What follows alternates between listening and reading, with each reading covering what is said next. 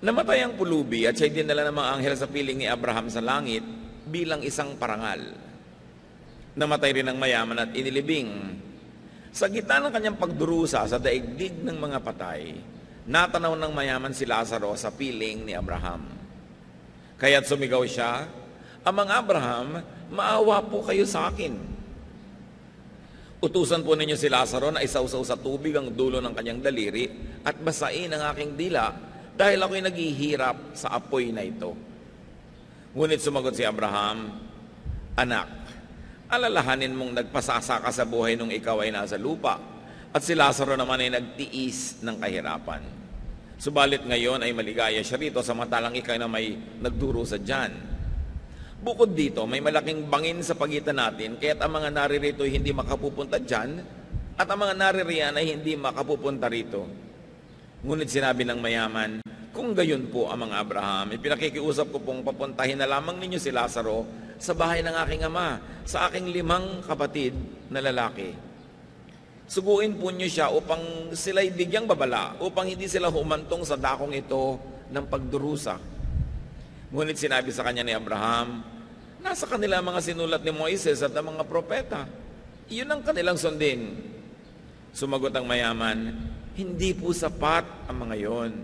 Ngunit kung magpapakita sa kanila ang isang patay na muling nabuhay, magsisisi sila at tatalikuran ng kanilang mga kasalanan." Sinabi naman sa kanya ni Abraham, "Kung ayaw nilang sundin ang mga sinulat ni Moises at ang mga propeta, hindi rin nila paniniwalaan kahit ang isang patay na muling nabuhay." At nawa maging pagpapala sa atin ang muling pagtunghay sa napakatandang kasaysayan na ito na natitiyak kong alam nating lahat.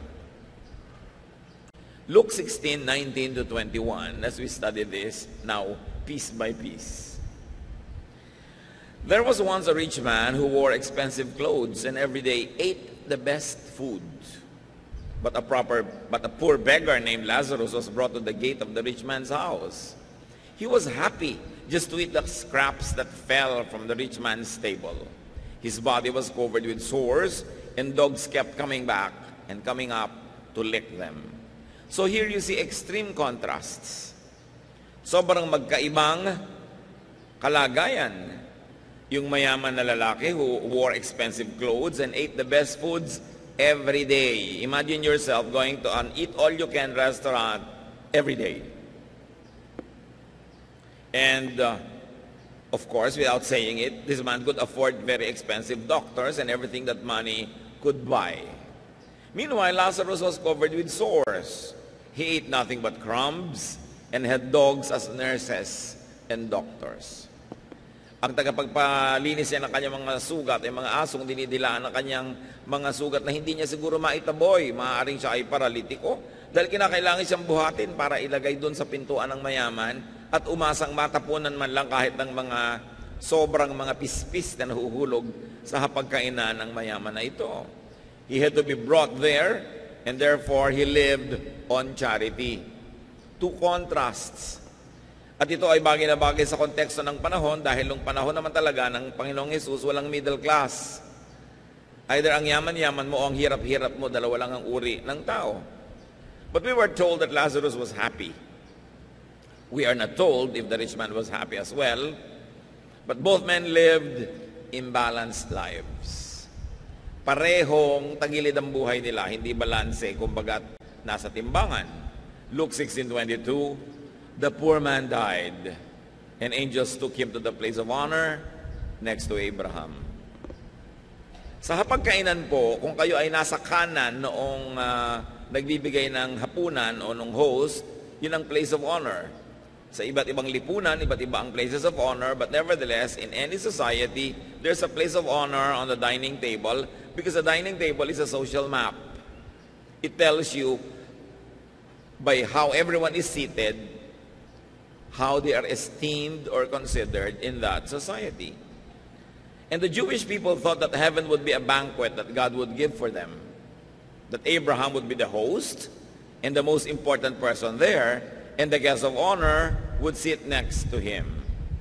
Ito po ang pananalig ng mga Hudyo nung panahon na ito, na ang langit, ang kaharian ng langit, ang paglipat mula sa lupa patungo sa langit ay para bang isang malaking piyesta kung saan magkakaroon ng malaking handaan at si Abraham ang nakaupo doon sa pinakamahalagang upuan.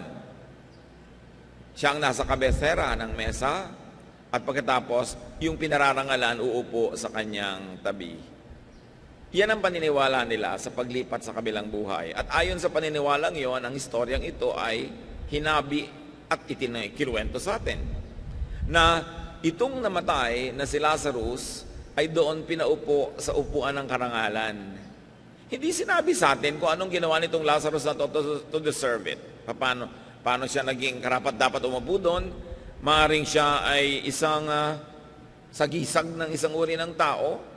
At lalo namang maaaring isa siya talagang totoong taong nabuhay. Perhaps Lazarus is a symbol of certain types of people that heaven is greatly pleased with. Perhaps. But what Lazarus did to deserve this honor is unknown to us. Now, if the story was literal, and that's the first thing to consider in any biblical story, that it is literal, it implies that the next life is about balancing. Laging ang kwentong ito ay ginagamit upang ituro ang impyerno, langit, ang pinupuntahan ng mabuti at masama.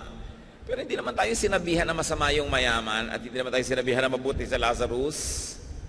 Walang sinabi tungkol sa kanilang morality. At lagi din itong itinuturo na kung saan paraan. Pero mayroong isang napakahalagang aspeto ang kwentong ito na itinutuwid pag namamatay daw ang tao at ito ay pagbabalanse. Kita ninyo, mula sa gutom na Lazarus, biglang merong feast. At mula sa isang Lazarus na laging gutom at uhaw, meron siyang iniinom. Ngayon siya ay nakakagalaw. So there was now food for the hungry, drink for the thirsty, comfort for those who suffer, acceptance and affirmation, even honor for those who have been rejected, and healing for the sick. Now he was no longer sick, and he was happy. If the story was symbolic, it still teaches that God's kingdom is about balancing.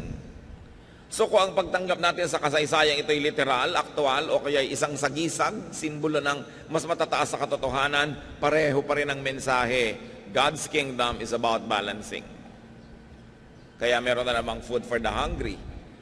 Bumukas ang eksena, ay yung lahat ng kabaligtaran ng nawala kay Lazarus sa buhay na ito, yun ang kanyang tinamasa. Luke 16:22-23. The rich man also died and was buried. He went to hell and was suffering terribly. Now, hell is not a very good translation. It came from the Greek word Hades, which the Jewish people often thought of as a place where the dead wait for the final judgment. Sa theology ng mga Jewish people, ang taong namamatay ay hindi agad-agad nagpupunta sa piling ng Diyos. Naghihintay muna sila doon.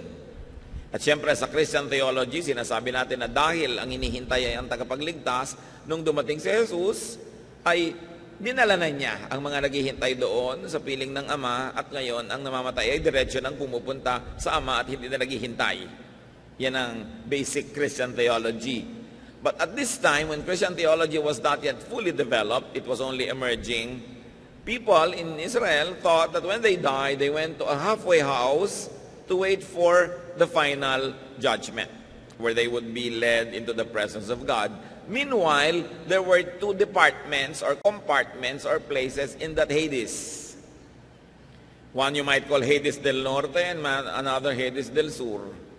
So nagpunta sa Hades del Norte itong rich man, no? At siya ay nagdurusa doon. Itin-translate sa English na hell. It's a very poor translation. But nevertheless, it's important to go back to the Greek original. Now, if the story was literal, it all the more implies that the next life, again, is about balancing. Yung the overfed dito sa mundo, ngayon ay gutom. Yung nagpasasa sa lahat ng masasarap na inumin, ngayon uhaw na uhaw, at nagdurusa sa discomfort, sa init. There was unbearable heat, there was suffering, and not only that, while he enjoyed to be in the center of the social life of his community when he was alive, now he was isolated. Hindi pinapakita na may mga kasama siya at siya ay binibigyan ng ginhawa. If the story was symbolic, it still implies that God's kingdom is about balancing. Mapupurga tayo ng kasasabi ng balancing kasi talagang paulit-ulit na bumabalik sa kwento. Deprivation for the overfed. No? So the inevitable and inescapable teaching is this, that spirituality should bring balance. Maraming mga tao kung kailan naging relihiyoso tsaka naging hindi balanse. Committed ang utak, lumiit ang mundo. Naging overly like this and overly like that. Nawalan na ng social life, nawalan ng balanse ang buhay, wala ng ibang topic kundi ang kanyang relihiyon, wala na siyang ibang ginagawa kundi mga bagay na pang next life, wala nang inaasikaso para sa life na ito. It's all a misapplication of spirituality. Because the central theme of this story is that your life must be balanced. Binalanse, yung gutom pinakain, yung dating sobrang busog ngayon ay nagdurusa at hindi makainom ng isang patak na tubig. To be in heaven in the next life, and to be in heaven in the present earthly life, one has to be balanced. Kaya hindi ba sinasabi, lahat ng mga nagdurusa, papahirin ng luha pagdating doon sa kabilang buhay? Ibig sabihin, yung mga dating nabuhay sa lungkot, babalansihin, bibigyan naman ng Diyos ng saya. Yung naging mga sobrang saya, lalo at the expense of others and their spirituality and at the displeasure of God, biglang dusa ang kanilang mararanasan. Pagbabalanse. So live a balanced life. Isa yan sa mga napakalilinaw at idinidiin na turo nitong kwentong ito. Na hindi lamang tayo nagkakaroon ng balanse pagdating ng kabilang buhay. Dapat sa buhay pa rin na ito, sinisika mo maging balanse ka. Kasi life is all about balance. So get rid of excesses. Meron kang mga higit sa iyong pangangailangan, give. Giving is a balancing act.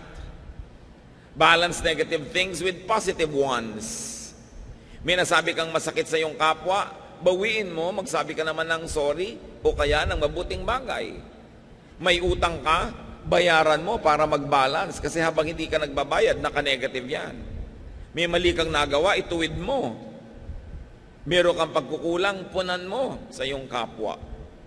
Meron kang mga pananagutan sa Diyos, gawin mo para balance. Pag bata ka, inaalagaan ka na yung magulang at tinatangkilik. Pag siya naman ang tumanda, siya naman ang aalagaan mo, tatangkilikin para balance. Tinanggap ka ng iyong biyanan, tatanggapin mo rin siya para balance. Dapat ang lahat balance. Namamasukan ka, sinusweldohan ka, pagtrabahuhan mo yung sweldo. Hindi yung kinikita mo pero hindi naman mo talaga deserve kasi panay ang blakwatsa mo, hindi mo binibigay yung iyong best. O kaya may namamasukan sa iyo, naglilingkod ng gusto, bayaran mo rin ang gusto. Dapat balance ang buhay. May nagbibigay sa iyo, pinagbibigyan mo. May naglilingkod sa iyo, pinaglilingkuran mo rin. Hindi one way. Dapat two way. Doon pa lang kitang-kita natin yung halaga ng kwento. Hindi lang ito tungkol sa impyerno at langit. Ito'y tungkol din sa impyerno at langit dito sa lupa. Na ang taong hindi balanse, magkakaroon siya ng mga problema. Kumakain ka ng sobrang asukal, magkakaproblema ka. Sobrang asin, magkakaproblema ka. Kulang masyado ng ganito, magkakaproblema ka. Dapat balance lahat. Meron kang spiritual life, religious life, meron kang dapat social life, meron kang physical life, meron kang intellectual life. Balance, kasi lahat yan ibinigay ng Diyos. At itong policy na ito, na dapat may balance, hindi ito dapat inaabuso. Pag sinasabi sa yung meron ka nagawang mali, ituwid mo. Hindi mo pwedeng sabihin, well, God is love and you have to love me and you have to forgive me all the time. Kasi walang balance pag hindi ka nagbabayad. Maaaring pinapatawad ka ng iyong kapwa, siya ay balance dahil natuto siya magpatawad, pero hindi ka balance kung ikaw lang lagi ang pinapatawad at wala ka namang ginagawa para ituwid ang iyong sarili. Hindi ka rin balance kung ikaw na lang laging hihingi ng pangunawa. Ako'y talagang ganito, unawain niyo ako. Dapat marunong ka rin mangunawa sa mga taong hindi nakakaunawa sa iyo para balanse ang buhay. It cannot be one way. Luke 16:23-24. When he looked up and saw Abraham far off and Lazarus at his side, he said to Abraham, "Have pity on me Send Lazarus to dip his finger in water and touch my tongue. I'm suffering terribly in this fire. Nabaligtad. Nung makita niya si Abraham, sabi niya, maawa naman po kayo sa akin. Utusan niyo si Lazarus na isaw-saw man lang kahit dulo ng kanyang daliri sa tubig at dampian ni isang patakman lang na tubig ang aking dila. Dahil wow na ako sa init na ito. No? Now, here is a role reversal. Nabaligtad ang lahat. Alam niyo kung sino ang hindi makakaranas ng sobrang kabaligtaran? Yung balance. Kasi nasa gitna ka, so pag lumipat ka sa kabilang buhay, nasa gitna ka pa rin. Yung nasa kaliwa, ilalagay sa kanan. Yung nasa kanan, ilalagay sa kaliwa para mag-balance. Kaya dapat sikapin mo nasa balance ka para walang masyadong naiiba. That when you are balanced by God, balance ka na talaga, so hindi masyadong naiba. Nagkaroon ng role reversal, except that while Lazarus learned to be happy with and did not complain about and did not impose on others for his portion before, the rich man is unhappy, complaining, and demanding now. Kahit hirap noon si Lazarus, hindi naman siya nagrereklamo. Sabi pa nga, masaya siya eh. Natutunan niyang pasayahin ang sarili niya kahit na mahirap ang kanyang kalagayan. Pero ito namang si mayaman na spoiled, sa sandali pa lang doon, isang katerbang reklamo na ang kanyang idinadaing at marami na siyang gustong i-demand. Well, this man did not only deserve hell, he always invited and carried hell with him. Kasi ang taong reklamador, ang taong maraming kailangan sa buhay para sumaya, maraming props na kailangang nandyan, ang totoo, hindi ka sasaya. Pag ang dami-dami mong hinihingi sa mundo, hindi ka nasasaya kahit kailan, so hindi mo na kailangan dalhin sa impyerno sa kabilang buhay. Ngayon pa lang, impyerno na yung buhay mo. Pag lagi kang mareklamo at lagi kang maraming hinihingi, lalo't hindi naman maibibigay sa iyo ng daigdig ang hinihingi mo. Now, the rich man does what he has been used to do. He asks for service. Nakakabulag talaga kung minsan yung yumaman ka, magkaroon ka ng kabuhayan at kasikatan at kung ano-ano. Tingnan nyo to, nandun na siya sa kabilang buhay, humihingi pa ng service. Inutusan agad si Abraham. Father Abraham, utusan nyo nga si Lazarus na mag-igib ng tubig para naman ako guminhawa dito. So ang totoo, dalawa yung inutusan niya. From Father Abraham no less, and from Lazarus of all people, he wanted service. The rich man clearly represents some types of people. People who are spoiled, palautos, feeling entitled. Na lahat ng mga hirap nila sa buhay ay kailangang ibsan ng paglilingkod ng iba. Lahat ng kanilang inip ay dapat libangin ng iba. Lahat ng kanilang pangangailangan ay dapat ibigay ng iba. Kahit load sa kanilang telepono na wala pa silang trabaho, kailangan na nila ng maraming load. Kailangan may ibang magbayad ng load na yan. Biglang mag-aasawa ng wala sa lugar, kailangang iba ang magbayad ng handaan. Magkakaroon ng anak, kailangang iba ang bumili ng gatas kasi hindi naman nila magawa yung mga dapat nilang gawin. Spoiled people. People who harvest without planting. Ito, nakita nyo itong mayaman na to. Ang dami niyang reklamo at uutusan na naman niya ngayon sa Abraham at si Lazarus na sa wakas ay nananahimik at nag-e-enjoy, gusto na naman niyang bigyan ng utos. These types should pay attention if they don't wish to join this rich man soon. There is this rich man in all of us. And there is the potential of Lazarus in each one of us. Kaya itinuturo sa atin yung kwento. Maaaring tulad tayo nitong mayaman na ito, lagi na lamang na pinipilit ang kapwa na mahirapan at paglingkuran itong kanyang mga pangangailangan. Luke 16:25. Abraham answered, "My friend, remember that while you lived, you had everything good, and Lazarus had everything bad. Now he is happy, and you are in pain." Obvious ba mga kapatid, balancing is accomplished in Hades. Sabi niya, sasandali ka palang naghihirap ha. Gusto mo na agad paglingkuran ka namin. Nakalimutan mo na ba na sarap-sarap ng buhay mo noon? Hindi ka nakaisip tumulong sa kapwa. Hindi ka man lamang naging mabuti. Tapos ngayon, itong nahirapan si Lazarus, gusto mo utusan na agad. Pasensya ka. Yan ang hinahanap na pagbabalanse ng buhay mo dahil diyan ka lumabis. This is not even about doing bad or doing good. It's just about being imbalanced. It's just about imbalances, having too much of having too little of life's supplies. Sa lahat ng laging gipit, gutom, uhaw, kapos, alam ng Diyos ang inyong kalagayan. At yan ang pangako ng kwentong ito, mababalanse yan. Mainam na mabalanse, dito pa lang sa buhay na ito. Pero kung kayo mapagkaitan ng kapalaran sa buhay na ito, dahil sa napaka-oppressive system ng buong planeta, alam ng Diyos kung paano kayo bibigyan ng ginhawa sa kabilang buhay. Alam ng Diyos kung paano kayo bibigyan ng gantimpala sa pagtitiis.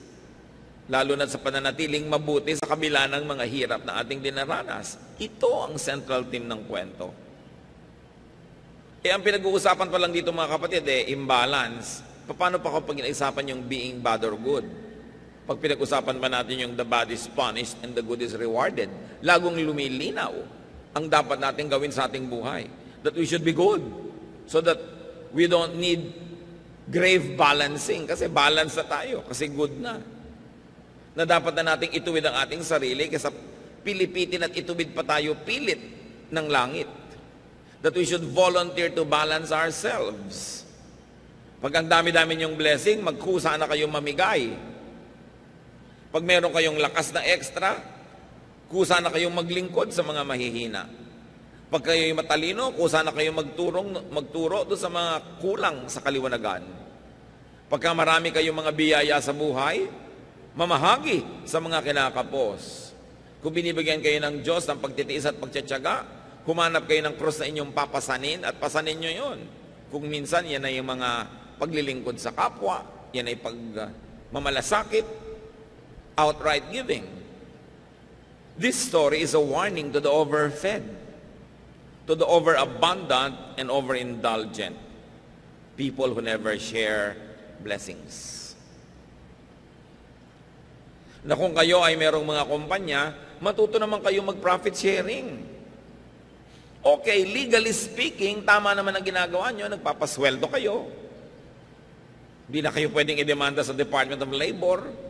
Nagbibigay kayo ng mga hinihingi ng legal systems of our country, pero kayo naman ang nakakaalam kung lumalangoy kayo sa mga tubo. Napakahirap ba naman na mag-share ng profit doon sa mga katuwang nyo sa trabaho ng mga manggagawa? Huwag nyo nang antayin na langit pa ang magbalanse. Kailangan mag-volunteer na tayo. Hindi ba? Kung minsan, nakakahalata kang, ay, sobra na yata akong tamad. Walang kilos-kilos ang aking katawan. Magbo-volunteer ka ngayon mag-exercise para hindi mo naantay yung magkasakit at mapuwersa kang mag-exercise. Pag alam mo na hindi balance ang kinakain mo, ikaw na yung mag-balance kaysa mag-antay ka pa ng stroke, mag-antay ka pa ng sakit at pagkatapos talagang binalance ka dahil nakaswero lang yung pagkain mo. Kailangan pa ba nating hintayin na pilitin tayo ng kalikasan, nahampasin tayo ng langit para ituwid natin ang mga kalikuan natin? Mas masarap ikaw na ang kusang gumagawa nun. Kaya maganda araw-araw ang tao nag-iisip, sumobra ba ako? Sumobra ba ako sa pang-aapi sa asawa ko? Sumobra ba ako sa pag-expect sa mga magulang ko, ang tanda-tanda ko na? Sumobra ba ako sa mga masasakit kong salita sa aking mga empleyado? Sumobra ba ako sa panggigipit sa aking kapwa? Sumobra ba ako sa paglalagay ng interes sa mga pautang ko? Lahat ng sobra, itinutuwid yan ng Diyos. Pag hindi ka nagkusang magtuwid, mapipilitan kang ituwid ka ng langit. James 5:5, you have lived on earth in luxury and self-indulgence. You have fattened yourselves in the day of slaughter. Sabi, o namuhay ka dito sa mundo sa sagana at pasasa. Pinatataba mo lang ang sarili mo na parang kakataying baka. Pinapataba mo lang ang sarili mo para sa matadero. Yun ang sinabi ng James 5:5. So ikaw na ang magtanggal-tanggal ng mga sobra. Hindi ko mo pinagtsatsagaan ka ng iyong asawa, aabusuhin mo na siya. Hindi ko mo ikaw lagi ang nasusunod, hindi mo na itutuwid yun. Kailangan magkusa ka.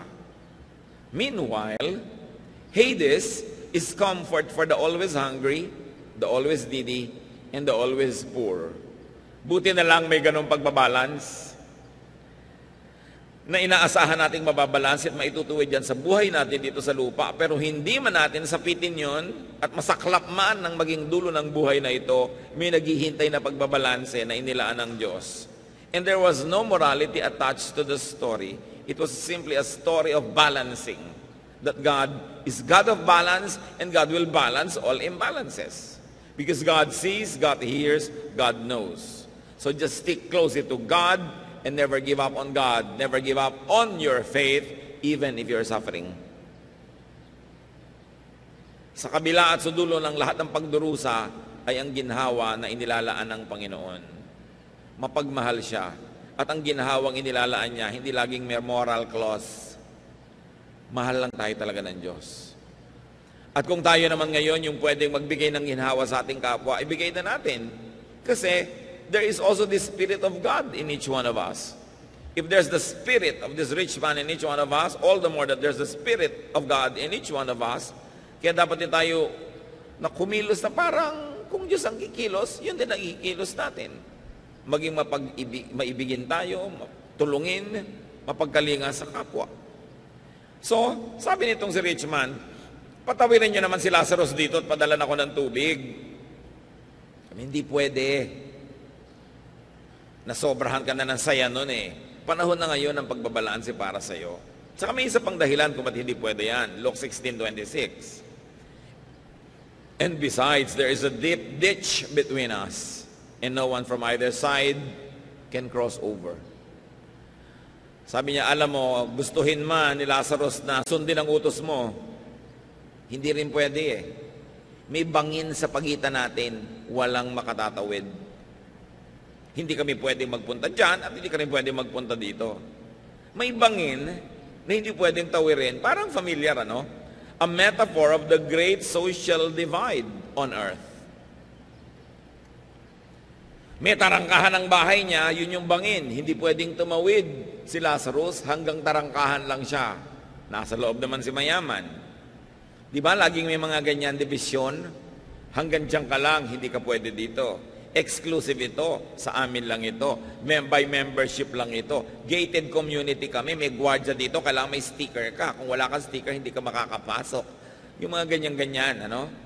There's always this divide, this bangin between the rich and the poor. So merong alabang girl at merong alamang girl, di ba? So alam mo, ay alabang girl ito may alamang. So may social divide. Merong educated and ignorant. Merong, yung mga relihiyoso, merong holy and sinner. Nauso yon sa mga Israelites noon. Holy kami, sinner kayo, hindi kayo pwedeng makisalamuha. Na tinawid ni Jesus, ha? Yung bangin na yon. Yung rich poor, tinawid niya. He ministered to everybody. The educated and the ignorant, tinawid niya. At siyempre, racially, merong white and black. Maputi kami, maiitim kayo. Diyan kayo mga ita. Diba? Dito kaming mga tisoy. Meron kanyang mga division. At yung division na yon, na-enjoy ng rich man sa earth. Kasi hindi matawid ng mahihirap yung pagitan ng mahirap at mayaman. Laging nandun lang sila, etsepuera, tagalabas. Hindi nila yun natawid. Hindi nila napasok yung maginhawang daigdig ng gated villages ng mga mayayaman. At kung paano na-enjoy ni mayaman yung pagkakahati nun, ngayon gusto niyang baligtarin. The rich man wanted the chasm crossed to his advantage. Kung nung araw, hindi niya papatawirin at papasukin sa kanyang bakuran si Lazarus, ngayon na siya ang nagdurusa, gusto niyang papasukin para dalhan siya ng tubig. The same selfish advantage he didn't want crossed by others in his past life, now he wants crossed. Remember, Lazarus remained outside just at his gate. Isang major lesson yan, don't burn the bridge over which you too must pass. Pag sobra ka laging exclusive ang gusto mo, paano? Baka ibigay nga sa'yo, exclusive, wala makapunta sa'yo, hindi ka mapuntahan. If you want to receive, give. Cross that ditch. If you want to be forgiven, forgive. If you want to be understood, understand. Remember that you keep only what you give away. If you like to cross over to other people's paradise, Be willing to let other people cross over to your comfortable place. Gusto mo ang mga tao'y makiramay sa'yo sa panahon ng iyong hirap, makiramay ka ngayong maginhawa ka sa panahon ng kanilang hirap. Share your abundance, share your happiness, share your good fortune. Kumain ka ng masarap sa isang restaurant, why don't you order a special food and give it to your waiter? Iuwi niya sa kanyang asawa, share. Napakahalaga to share.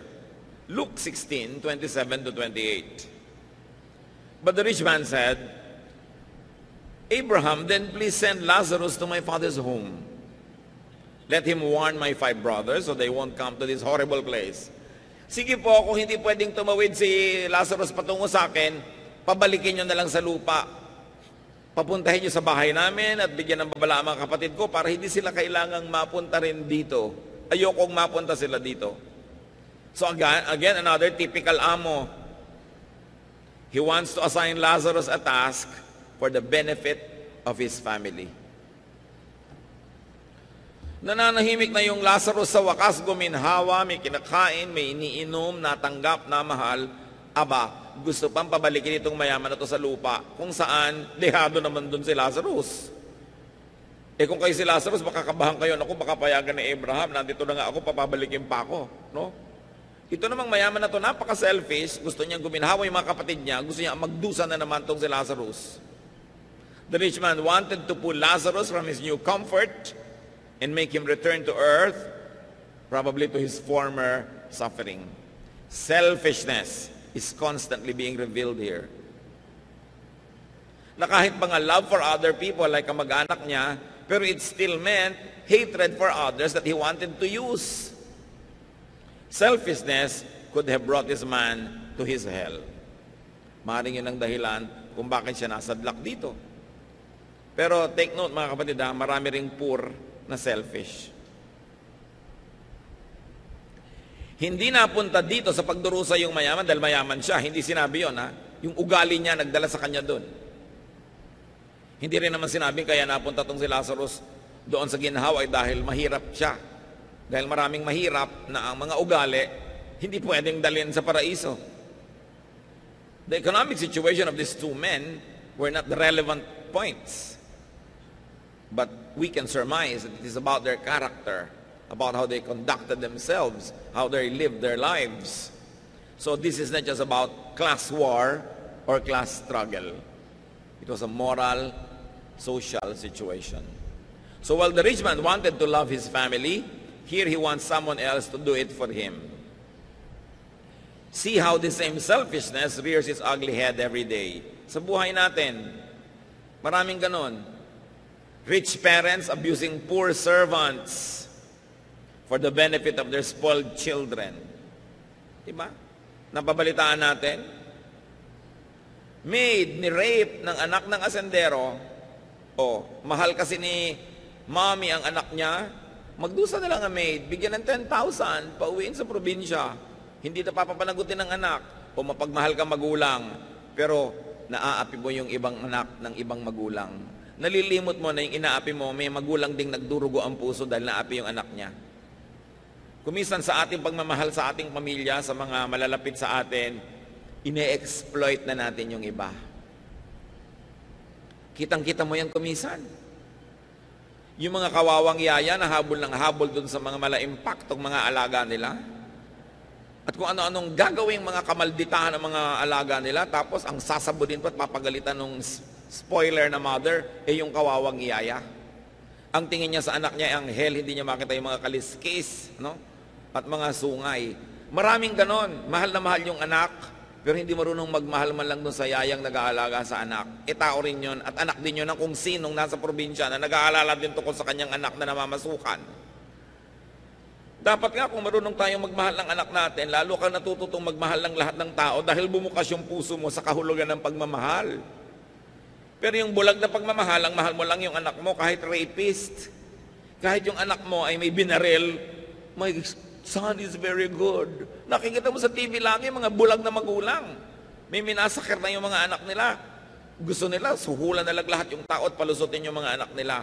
Pag-ibig sa konti, pero paggamit at labag, no? Sa mga basic decency sa buhay. Kasi malakas bumulag yung pagmamahal sa kamag-anak. Pero huwag nating lilimutin na lahat ng tao ay kamag-anak natin dahil lahat tayo nilikha ng Diyos. May naka-assign lang sa'yo na naging biological children mo, biological relatives. Pero sa palagay nyo ba, may kinikilingan na tinitingnan ng Diyos? Mahal niya ang lahat ng tao. Kaya dapat marunong tayo magmalasakit. Hindi yung merong kang kingit na pinagpapatayin mo dahil mag-e-enroll ang anak mo. At napakaraming ganun. Pagka magpapasko na, ang daming kidnapan, ang daming patayan. Kasi para makapagbuli naman kayo sa Debola sa iyong pamilya, may kikidnaping at papalilin. Kasi sobrang walang mahal. Yung mahal mo sa kamag-anak mo, pero yung ibang tao, nililipat mo na dapat natin. Kinakalit na ang lahat ng kapwa natin. Eto na naman itong mayaman na ito. Mahal ko mga kapatid ko, mabalikin sa lupa, sa lugar ng pagkukusay, ang Lazarus na yan. Kita natin yung selfishness. Parang sila lang ang may karapatang mabuhay at sumaya. There was imbalance. Napakaraming mga ganyang uri ng pag-abuso ng ating kapwa.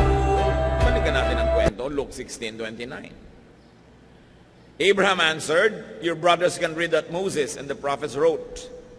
They should pay attention to that." So ano bang kahulugan ng Moses and the prophets? It meant the Jewish scriptures, the Old Testament. So ang sinasabi dito ni Abraham, they have religious sources available to them. Bakit aabalahin mo pa itong si Lazarus na nananahimik dito? And what is the Old Testament's general teaching? Good works, personal righteousness. Yung dalawang yun, maging righteous ka, maging matuwid, at gumawa ka ng mabuti, lalong-lalo sa iyong kapwa. So ang ibig sabihin lang dito na Abraham, gusto mong huwag sila makarating dito, meron namang available na material. Nakaturo na lahat yan kung paano sila magiging matuwid at paano sila maglilingkod. Luke 16:30-31.